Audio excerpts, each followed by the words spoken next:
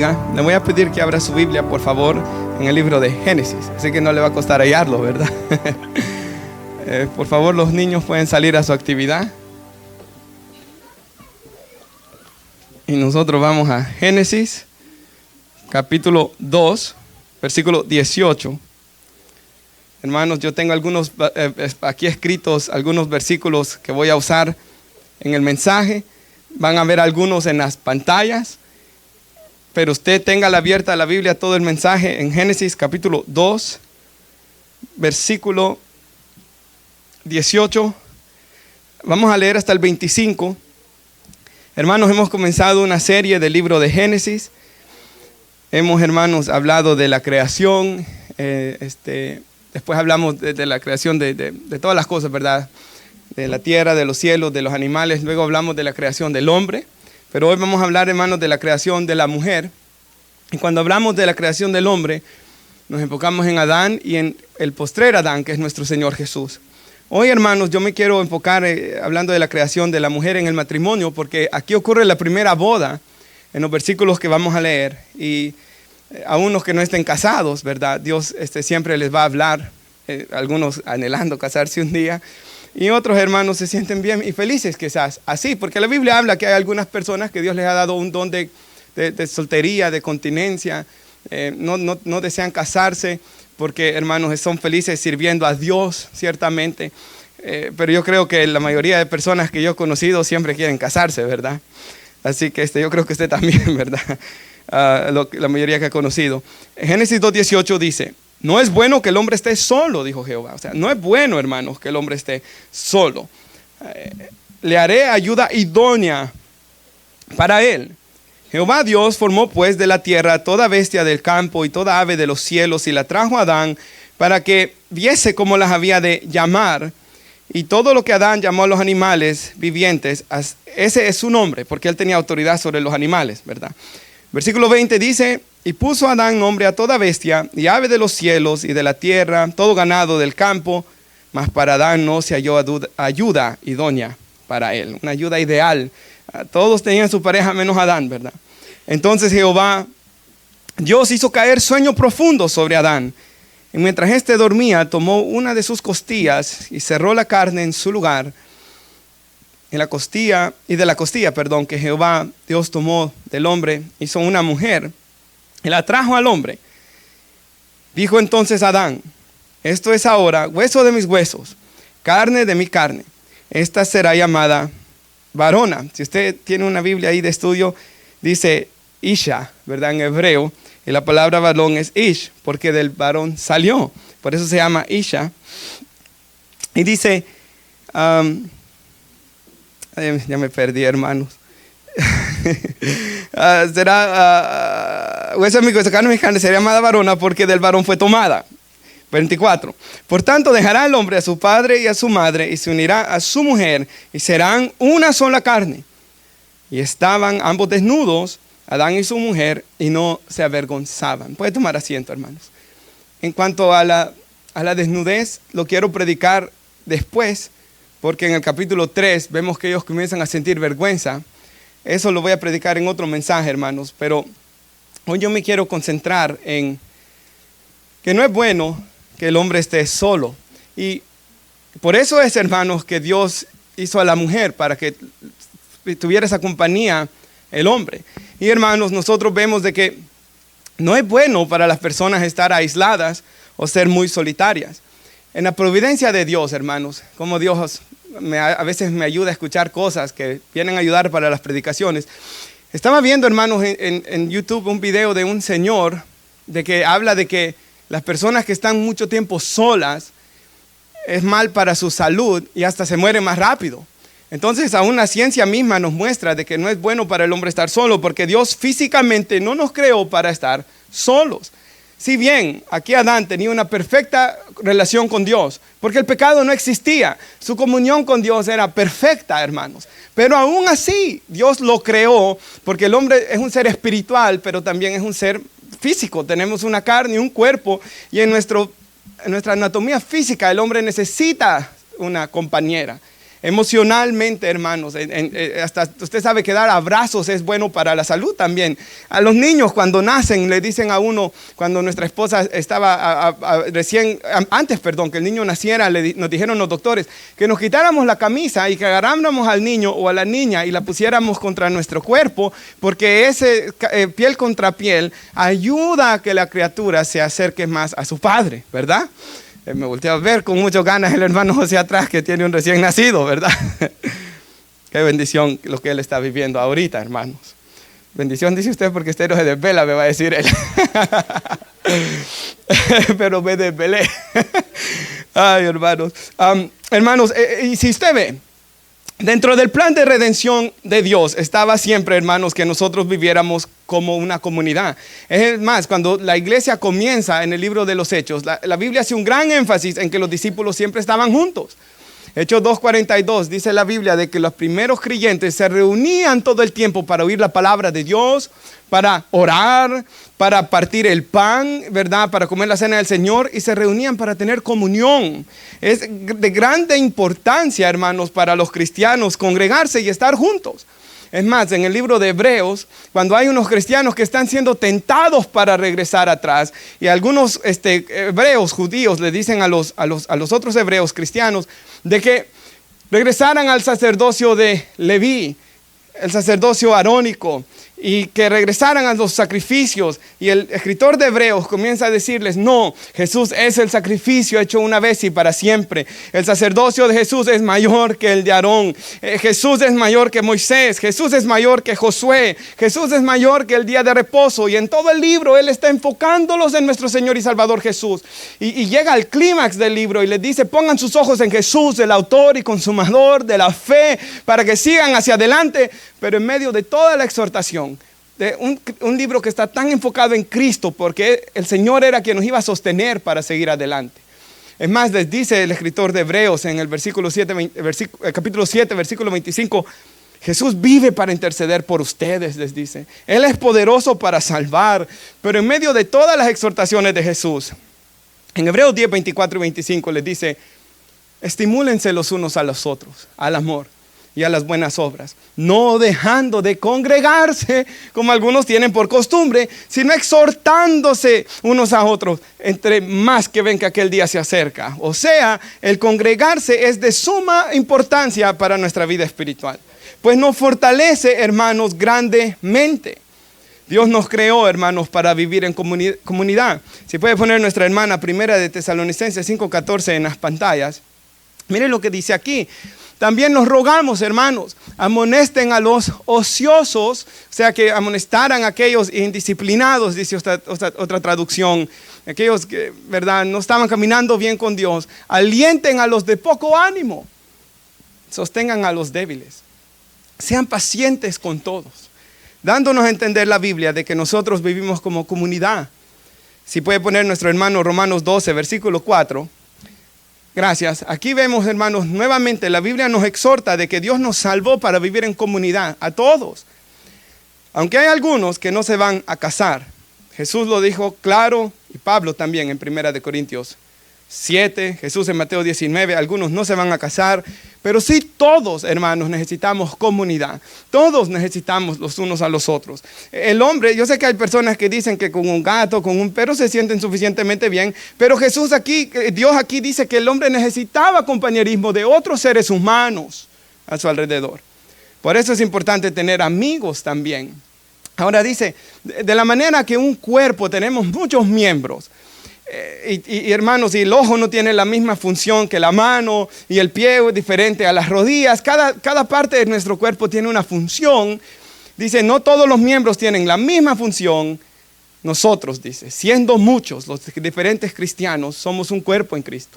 Es más, la Biblia dice que somos el cuerpo de Cristo, todos miembros los unos de los otros. Entonces, cada cristiano, hermanos, dentro de la iglesia, el Espíritu Santo le da diferentes dones para que nos sirvamos unos a otros, para que la obra de Dios siga hacia adelante. Y dice aquí, de manera que teniendo diferentes dones, según la gracia que se nos fue dada, porque los dones son por gracia, no los escogemos nosotros, ni los podemos ganar tampoco. El don se recibe por gracia, Dios lo regala. Ahora sí se puede avivar el fuego del don de Dios, pero no podemos escoger nuestro don. Yo no escogí, hermanos, que yo quería predicar y o enseñar. Jamás, nunca había pasado en mi mente hasta el día, hermanos, de que Dios me llamó a hacerlo. Así que dice, si el de profecía, úsese conforme a la medida de la fe. El de servicio, en servir.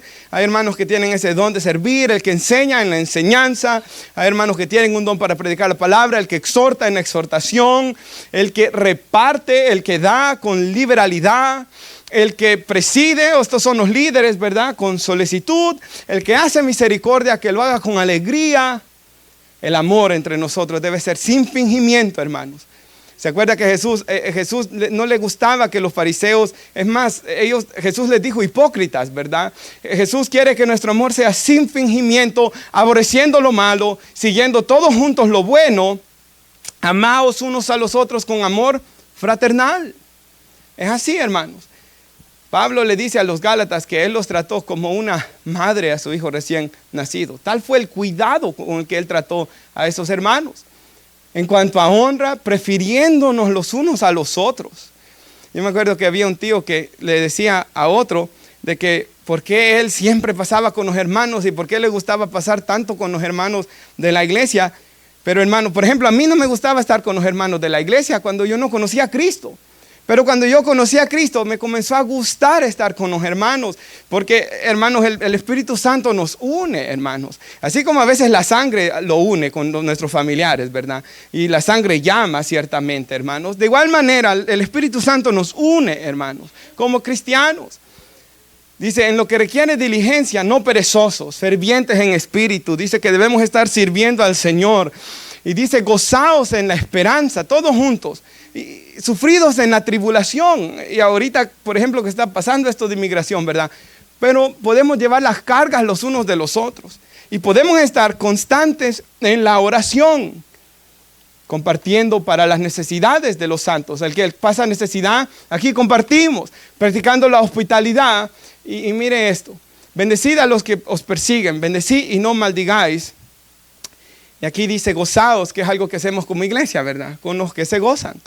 Parte de ser iglesia es estar en los cumpleaños, ¿verdad? Alegres, hermanos, por JJ, que cumplió 5 años.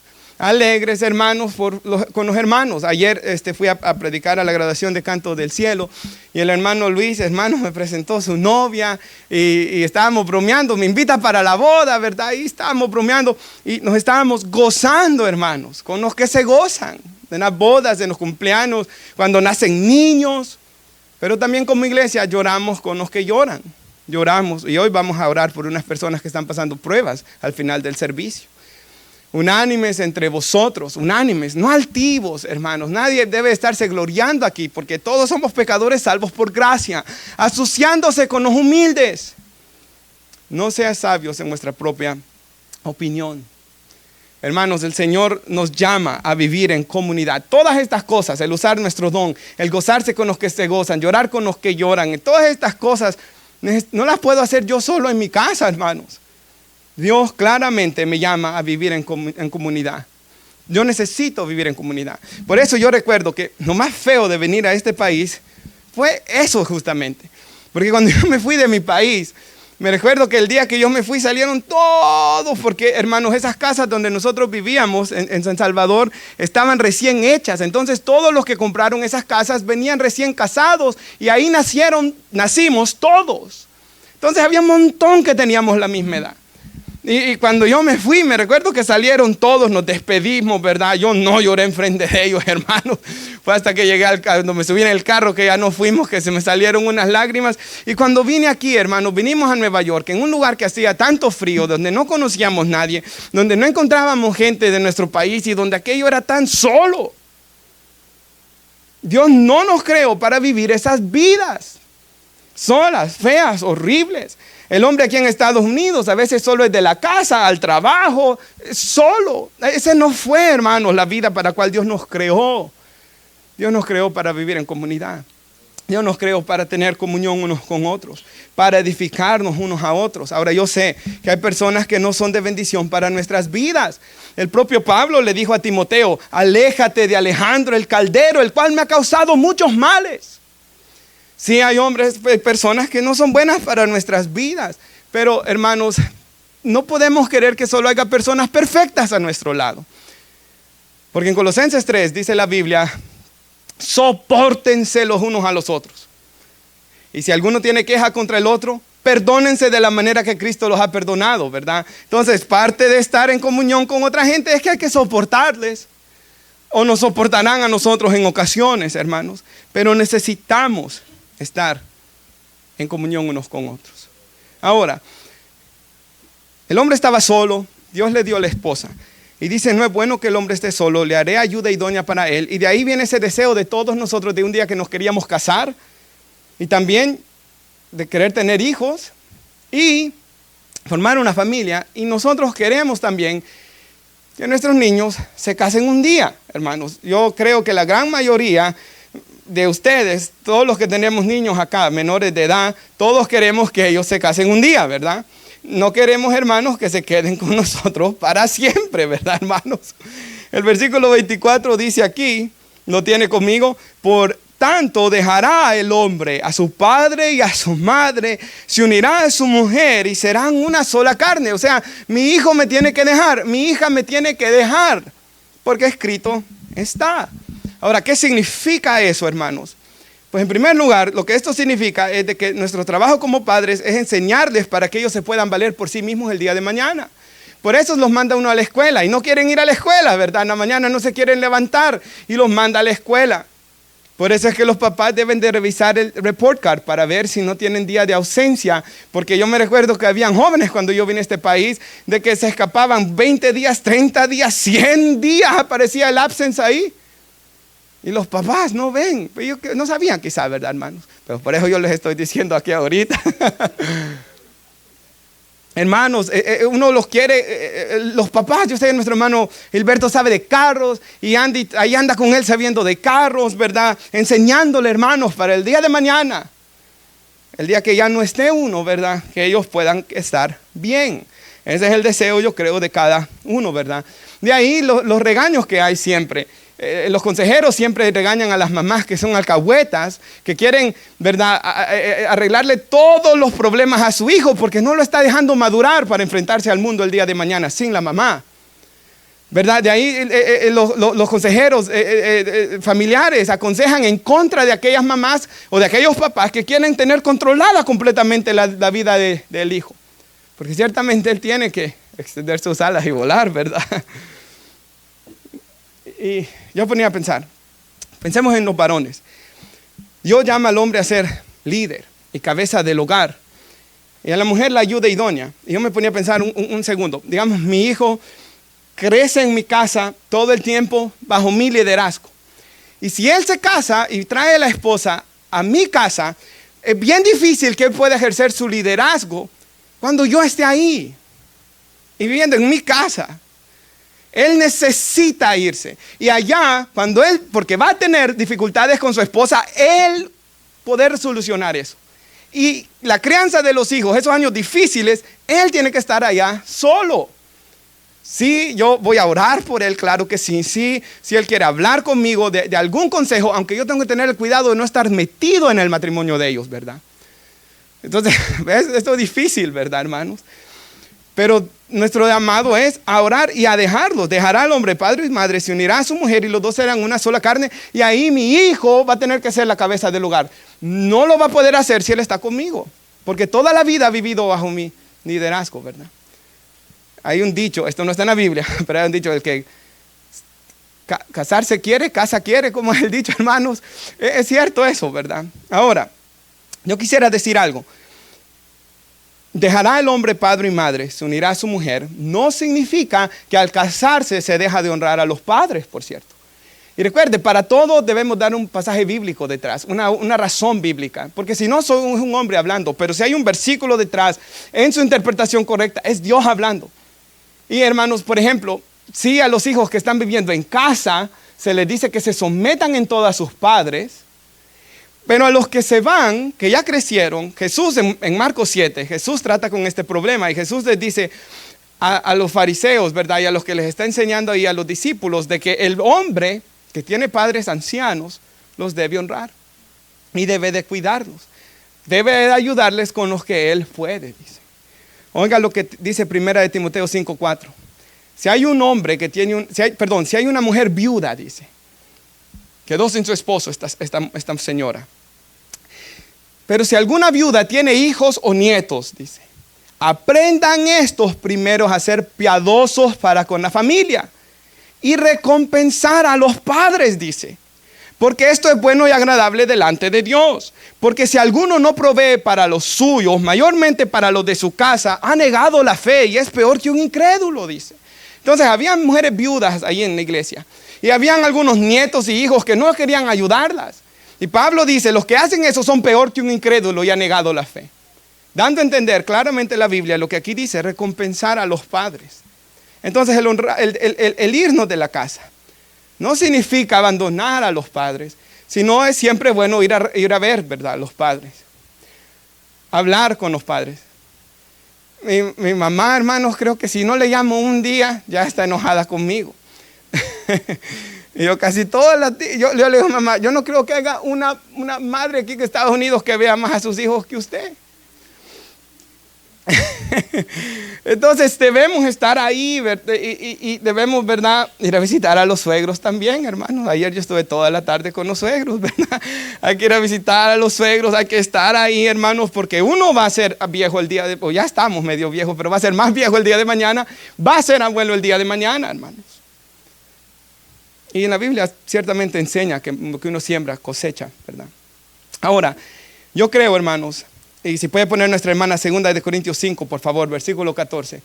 Yo creo de que todos nosotros como papás es nuestra responsabilidad orar, hermanos, para que nuestros hijos encuentren una persona de bien el día de mañana. Y el hermano Paul Washer, cuando yo era un jovencito, me acuerdo de escuchar unas enseñanzas de él, de que él dice que él desde que salía el embarazo, y ya sabía si iba a ser niño, él comenzaba a orar por la futura esposa de él. Y si se daba cuenta después que iba a tener una hija, comenzaba a orar por el futuro esposo para su hija. Y aquí dice la Biblia. 2 Corintios 6, perdón, hermana, era el 6. 14, no os unáis. El 14, por favor. Segunda, hermana, de Corintios. No os unáis, dice 2 Corintios 6, 14. Ahí está. No os unáis en yugo desigual con los incrédulos, hablándole a los cristianos. Porque ¿qué compañerismo tiene la justicia con la injusticia? ¿Qué comunión la luz con las tinieblas? ¿Qué concordia Cristo con Belial? ¿O qué parte el creyente con el incrédulo? Y hasta ahí, hasta el 15 vamos a llegar. Pero el punto aquí es que todos nosotros, hermanos, que somos creyentes, padres cristianos, anhelamos que nuestros hijos el día de mañana se casen con alguien en Cristo. ¿Por qué? Porque si está en Cristo la persona, ambos, dice la Biblia, que han nacido de nuevo. El Espíritu Santo ha venido a obrar en sus vidas. Y ambos, hermanos, tienen un estándar moral que es la palabra de Dios que vive y reina para siempre. Vive y permanece para siempre. Pero si se casan, hermanos, con alguien que no es creyente, pues ahí, hermanos, es lo que ocurre en el mundo, ¿verdad? En el mundo la gente dice, tu verdad es tu verdad, mi verdad es mi verdad. Y si yo creo que dos hombres se deben casar, dos hombres se deben casar. Si yo creo que robar es bueno, yo robo, porque ¿quién está sobre mí? Yo hago mi propia moral. Y ahí vemos el problema de casarse con alguien que no es creyente. Pero si ambos son creyentes y han nacido de nuevo, hermanos, la palabra de Dios será la que guíe sus vidas. Y el matrimonio es tan difícil, hermanos, porque todos tenemos una naturaleza pecaminosa. Y por eso necesitamos la ayuda del Espíritu Santo en nuestro hogar. Hermanos, si usted ve aquí, el propósito del matrimonio es de que el hombre sea la cabeza del hogar, la mujer sea esa ayuda idónea y ambos puedan formar una familia, hermanos, y ser felices, porque la Biblia dice que el matrimonio es la gracia de la vida. Ahora, yo dije esto en una ocasión de que cuando yo me iba a casar, me recuerdo que en el trabajo todos me estaban diciendo, ¿y para qué lo vas a hacer? ¿Y qué tal si no funciona? ¿Y para qué vas a arruinar tu vida con eso? Y la mayoría de gente me estaba diciendo cosas negativas del matrimonio, porque eso es lo que el mundo habla. Pero hermanos, lo que la Biblia dice del matrimonio es diferente. que el matrimonio es la gracia de la vida, que el que ha encontrado esposa ha hallado el bien, ha alcanzado la benevolencia de Jehová, que los hijos son una herencia del Señor. Entonces, en el Señor, el matrimonio es una bendición. Y aquí, hermanos, ocurre la primera boda. Si usted va al versículo 21, por favor, ahí conmigo. Génesis 2:21.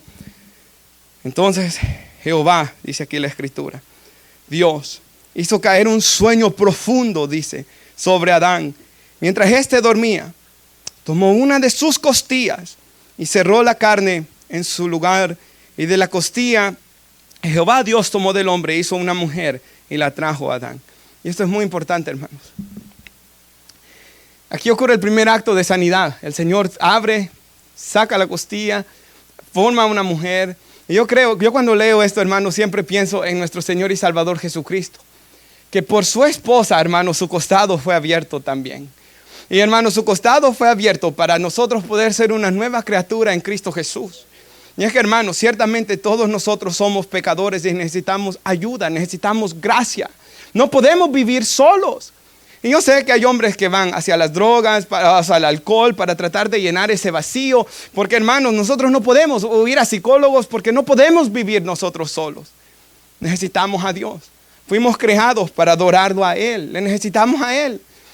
El día de ayer, hermanos, cuando prediqué el mensaje que prediqué el domingo aquí, ¿verdad? De la mujer pecadora que preparé para Canto del Cielo, me recuerdo que un joven se me acercó y me dijo, yo soy pecador y yo necesito a Jesús, me dijo él entre lágrimas.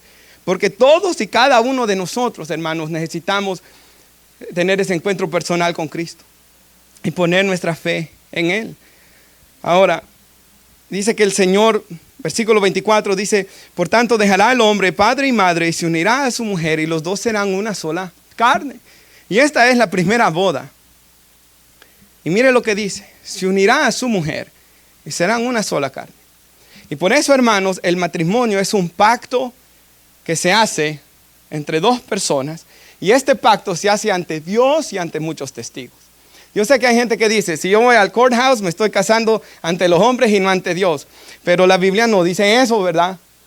Romanos 13 dice que las autoridades fueron establecidas por Dios. Las leyes, los magistrados fueron establecidos por Dios. Entonces, desde el momento que alguien va a la corte a casarse, ya está casado ante los ojos de Dios.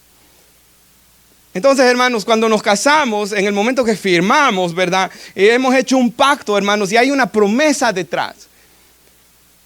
En la ceremonia matrimonial que yo tengo, hermanos, las veces que yo he casado a personas, yo siempre les digo que se escriban sus propios votos, ¿verdad? Sus vows que dicen y se digan cosas bonitas ellos. Pero hay otras pero los votos principales yo los tengo escritos. Y ahí se prometen serse fiel. Ahí se promete estar juntos. Ahí se promete estar en enfermedad o en salud, en pobreza o en riqueza. Y usted está prometiendo estar con la persona. Y la Biblia enseña claramente que Dios toma muy en serio nuestras promesas, nuestras palabras. De tal manera que nuestro sí debe ser siempre sí y nuestro no debe ser siempre no. En Malaquías, por ejemplo, yo tengo aquí escrito, el Señor está reprendiendo a los israelitas y les dice, porque el Señor ha sido testigo, oiga, entre tú y la mujer de tu juventud, contra la cual has obrado deslealmente.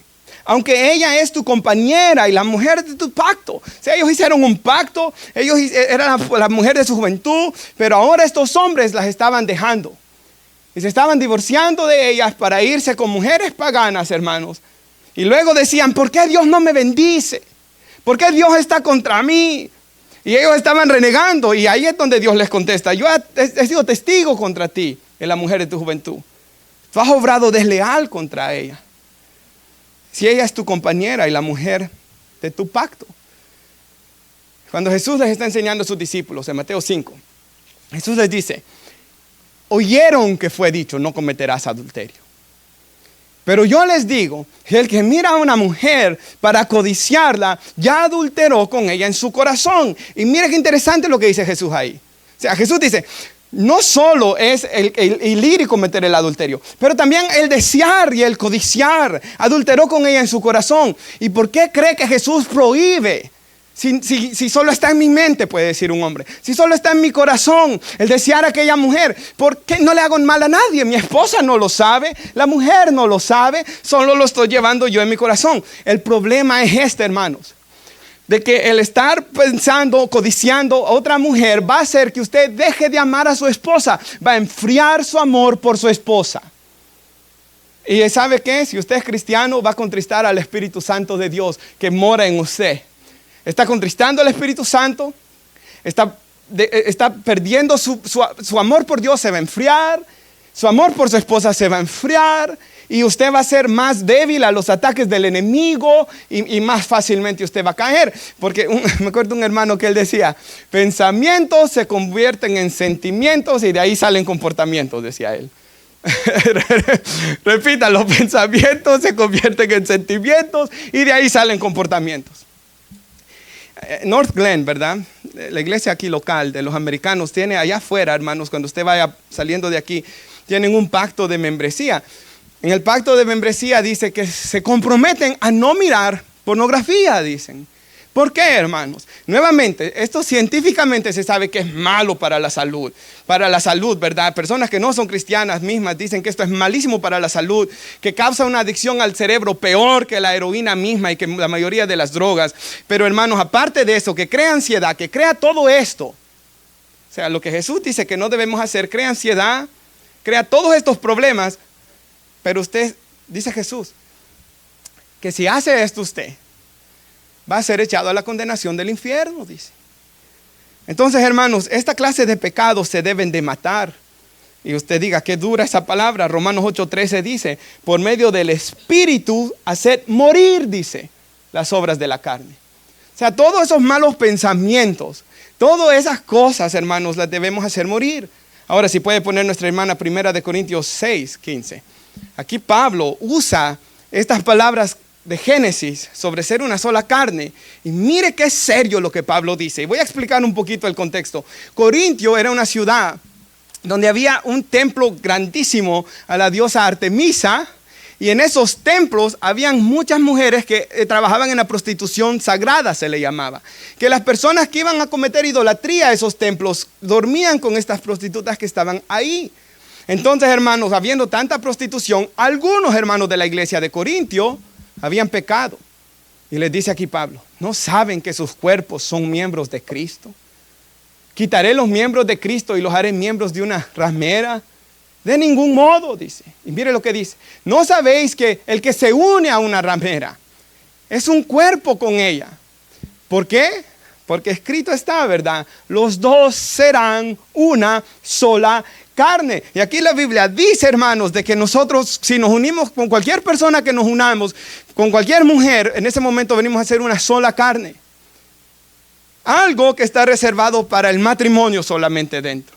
Aún los que no son creyentes saben que ser infiel en el matrimonio es malo.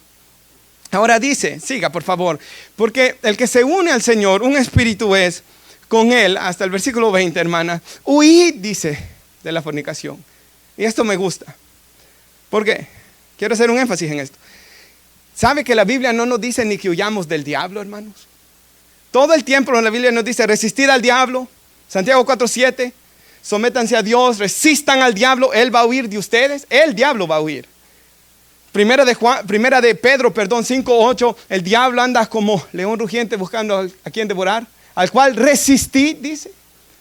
Pero de la fornicación, la palabra porneia, inmoralidad sexual en griego significa esto, dice huyan de esto, huyan de alguien que les quiera hablar bonito. Huyan de cualquier tentación de esta clase. Huyan. No esté ahí teniendo no, huya. Cualquier otro pecado que el hombre cometa está fuera del cuerpo, dice. Pero el que fornica, dice, siga por favor, hermana, contra su propio cuerpo peca. Siga un poco más hasta el 20.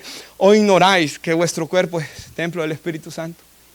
Hermanos, el día que creímos en Cristo, el Espíritu Santo vino a morar en nosotros, ¿verdad? Y yo me recuerdo, hermanos, de que cuando el Señor vino a mí, porque antes de ser cristiano, uno va a la escuela y uno habla con los jóvenes y uno habla, y lastimosamente cuando los jóvenes ahí solo hablan de las jovencitas para codiciarlas, miraban, en aquellos tiempos no era tanto de smartphones, pero eran revistas y todo esto. Pero cuando uno se convierte, hermanos, uno ya no puede ver esas cosas. Uno ya no puede hablar con ellos de la misma manera. No porque uno en sí sea el bueno, pero porque el Espíritu de Dios ha entrado en nosotros. Y produce una tristeza que nos lleva al arrepentimiento. Y el Señor está transformando el corazón para uno comenzar a ver a las otras jóvenes ya con respeto y dignidad. El Espíritu Santo está dentro en vosotros. Y dice después que no sois, el cual tenéis de Dios, no sois vuestros, por precio, porque habéis sido comprados con precio, por precio. Glorifiquen pues a Dios en vuestro cuerpo y en vuestro espíritu, los cuales son de Dios. Entonces vemos, hermanos, la seriedad del pacto matrimonial, del compromiso que hemos hecho. Proverbios 6 dice así: el que comete adulterio no tiene entendimiento. El que lo hace destruye su alma. Esta clase de pecado destruye el alma, hermanos. Heridas y vergüenza hallará, y su afrenta no se borrará. Oiga eso. O sea, detrás de esos pecados se encuentran heridas, vergüenza, y su afrenta no será borrada. No porque no haya perdón de Dios, porque Jesús dijo que solo hay un pecado imperdonable, la blasfemia contra el Espíritu Santo, ¿verdad? Todos los pecados y blasfemias le serán perdonados a los hombres. Mire qué grande es Dios en misericordia. Todos los pecados, todas las blasfemias. Pero dice, su afrenta no se borrará, en el sentido que será una herida constante. Va a ser una herida que trae tales consecuencias de que la persona lo puede perdonar, pero siempre lo va a recordar. O sea, estos son pecados, hermano. Es como, me recuerdo cuando yo iba a la cárcel, de que hubieron unos hombres de que habían, ¿verdad?, cometido crímenes, apuñalado personas, y luego no querían ir a la cárcel, hermanos. Bravos estaban, que habían orado que Dios los sacara y que iban a estar ahí. Y yo les traté de explicar de que Dios castiga, ¿verdad?, que hay justicia, que la ley está para castigar al malhechor. Y hermanos, que el pecado tiene consecuencias. Esas personas que quieren pecar sin pensar en las consecuencias. Esa es la predicación de Génesis 3, ¿verdad? Satanás le dice a la mujer, haz esto, pero no le dice las consecuencias que iba a venir. Por eso Hebreos 3 dice que el pecado es un engaño, el engaño del pecado. O sea, una persona que comete adulterio solo se pone a pensar en el placer pecaminoso que le va a dar, pero no en el daño que va a cometer ni en todas las consecuencias que van a venir después. Y eso es lo que hace el diablo, por eso es engañador, por eso el pecado engaña. Ahora, si usted va ahí conmigo al 24 una vez más, el final dice, se unirá a su mujer y los dos serán una sola carne. Y quisiera concluir allá en Efesios 5, 24.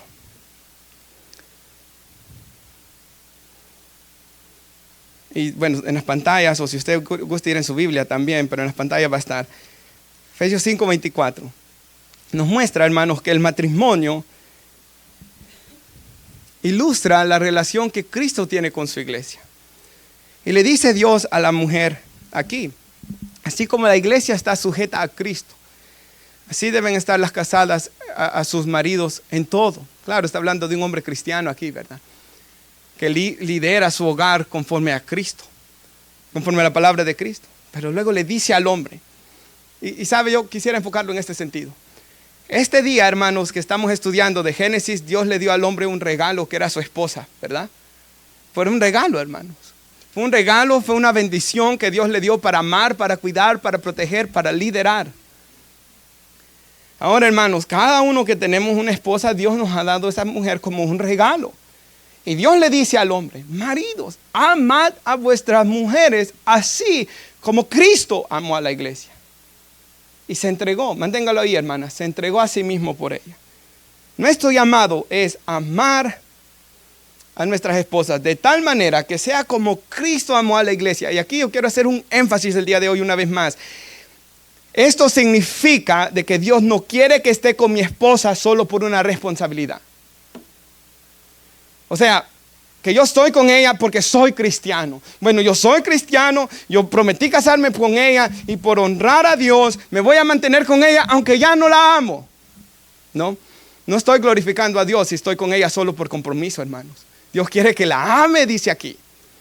amad a vuestras mujeres. En griego está escrito de tal manera que este es un mandamiento. Si yo les digo, la Biblia dice no matarás, todos van a decir, amén, correcto, ese es un mandamiento que yo no debo matar, no lo debo hacer. Aquí la Biblia dice amad, este es un mandamiento también. Dios se lo está mandando a usted y a mí. Una vez fui al parque con los niños y estaba un señor, un joven, ¿verdad? Como de mi edad, bueno, medio joven, pero un señor iba a decir ya, hermano, ¿qué es lo que me está pasando? Americano que estaba ahí, él era medio año menor que yo para rematar. Y estábamos ahí, hermanos, y estábamos hablando de los niños y de la bendición. Estaba él y yo, y él me dice, yo me he propuesto estar con mi esposa hasta que mis hijos crezcan, me dijo. Y yo le comencé a explicar de esto a él, ¿verdad? Yo le dije, soy cristiano. Y que él iba a ser infeliz si él mamaba a su esposa. Y yo le comencé a hablar del evangelio, de lo que les estoy diciendo hoy. Porque, hermanos, nuevamente, nosotros como cristianos, no glorifica a Dios que yo esté con mi esposa por mis hijos. Solamente. Porque yo les quiero dar un hogar donde esté papá y mamá, porque esté el amor de ambos, que crezcan con sus padres. Hermanos, eso es bueno, pero Dios no quiere que esté con ella solo por mis hijos. Dios quiere que la ame a ella, por quien ella es. Así como Cristo amó a la iglesia. Ahora yo sé que alguien me puede estar diciendo, pero ¿cómo la puedo amar si yo no lo siento? ¿No sería hipocresía mía decirle que la amo si yo no lo siento? Pues si usted no lo siente, hermanos, quizás usted ha hecho lo que yo dije hoy en la prédica. Quizás usted ha sido el hombre de Efesios 5 que ha estado mirando hacia otro lado y por eso hoy se siente como se siente contra su esposa. O quizás su esposa ha sido dura con usted. Quizás ella ha sido fría con usted. Quizás ella, hermanos, lo ha lastimado sus sentimientos de una u otra forma. Y por eso usted me dice, yo ya no siento. Pero si usted ya no siente, ¿sabe qué tiene que hacer en tal caso? Orar. Orar y orar y orar y orar. Y pedirle a Dios, Señor, yo leo esto. El pastor lo predicó hoy. Yo estoy leyendo esto. Señor, dame amor por mi esposa. ¿Y sabe algo? Dice como Cristo ama a la iglesia. ¿Cómo ama Cristo a la iglesia, hermanos? Hebreos 7:25. Él vive para hacer intercesión por ella. O sea, Jesús intercede por nosotros. Y yo he visto algo en la Biblia y en mi propia vida.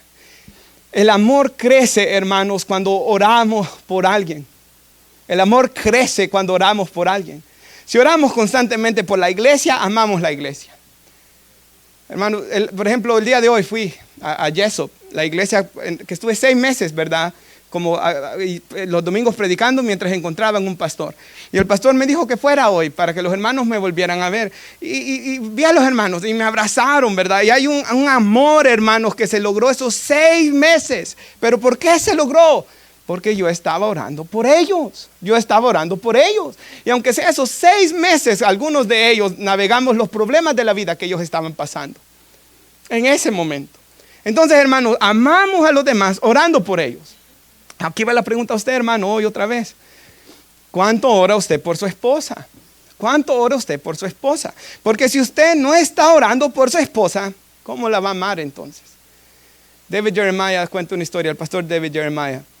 Dice que cuando su hija ya creció y se iba a la universidad, iba a ir a la universidad de otro estado, y él estaba un poco, ¿verdad? Usted se puede imaginar, triste. Hermanos, yo me acuerdo el día que me fui, mi mamá todavía lloró y cerquita de su casa iba a estar. 5 minutos para allá. Ahí donde vive el hermano Marvin, en esos apartamentos me iba. Yo voy a llorar, hermano. Yo sé que yo voy a llorar. Cuando se vaya mi hijo, cuando se vaya mi hija. Usted quizás lloró, va a llorar. Si no, hermanos, hay algo malo en usted. Pero el punto es, David Jeremiah dice que se iba, hermano, su hija. Y entonces dice él de que comenzó a orar por ella más que cuando ella estaba en casa. Y dice él, esos meses que ella estaba y regresaba después para el break, ¿verdad? A casa. Esos meses que ella no estaba, dice, aunque ella no estaba, mi amor por mi hija creció y de alguna forma me sentí más cerca de ella porque yo estaba orando por ella. ¿Qué dice Romanos 8:26? Que yo no sé orar ni puedo orar por mi debilidad física como hombre. Pero que el Espíritu me ayuda en mi debilidad porque intercede con gemidos indecibles por las personas. Y hermanos, ¿Usted ora con gemidos indecibles por su esposa? Pablo decía que él anhelaba que Cristo fuera formado en el corazón de los Gálatas. ¿Usted está orando así por su esposa? Ahora va al versículo 28. De Efesios 5:28, por favor, hermano. Quisiera concluir este punto que he hecho aquí, hermanos, porque de verdad sentí que Dios me lo estaba poniendo ahorita. Hermanos, el amor a la esposa comienza en el corazón. Ahora esto se aplica a la mujer también, ¿verdad? Si usted, hermana, si usted también ha hecho lo mismo que este hombre que yo he descrito aquí, mirando, ¿verdad? Codiciando y no orando por su esposo, codiciando a otros, pensando en otros, hermana, usted está mal también. Tiene que matar este mal pensamiento, este mal sentimiento con lo que usted está pensando en otra persona. Porque su naturaleza pecaminosa se va a sentir atraído a otros. Pero usted tiene que hacer morir esto y orar para que Dios le dé amor a usted por su esposo. Porque si no, usted no está glorificando a Dios, hermana que está aquí conmigo hoy. Ahora el versículo 28 dice, lo tenemos, hermanos, así también los maridos deben amar a sus mujeres como a sí mismos, como sus mismos cuerpos. El que ama a su mujer a sí mismo se ama. 29 dice, porque nadie aborreció jamás su propia carne, sino que la sustenta, ¿verdad? Cada uno, hermanos, comemos, ¿verdad? Nos cuidamos, hermanos, ¿verdad? Comiendo, hermanos, la sustenta y la cuida. Así también dice como Cristo a la iglesia. Cristo cuida a la iglesia. ¿Sabe, hermanos? El Señor Jesucristo nos ama aunque nosotros hemos sido malos con Él, ¿verdad? ¿Sabe, hermanos? Yo medio conté hoy, ¿verdad? Pero ¿cuántos años me llevaron a la iglesia y yo rechazando, hermanos, el venir a Cristo, la salvación? Pero Él aún así, Él me amó. Aunque nosotros hemos sido ingratos muchas veces con el Señor, Él siempre nos ha amado. Este amor de Dios, hermanos, es el que nosotros debemos de tener. Sigue diciendo, porque somos miembros de su cuerpo y de su carne y de sus huesos. Por esto dejará al hombre, aquí está otra vez, a su padre y a su madre, y se unirá a su mujer y los dos serán una sola carne. Grande es este misterio. Ahí manténganlo. Mas yo lo digo respecto a Cristo, a la iglesia. Y sabe, hermanos, lo que esto significa es de que cuando yo me casé con mi esposa, desde ese día de que algunos estuvieron en mi boda, ¿verdad?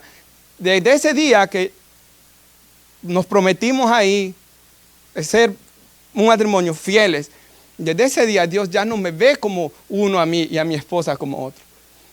Dios nos ve como una sola persona, una sola carne. Estamos unidos. ¿Sabe? A mí me pasa esto, quizás a usted no.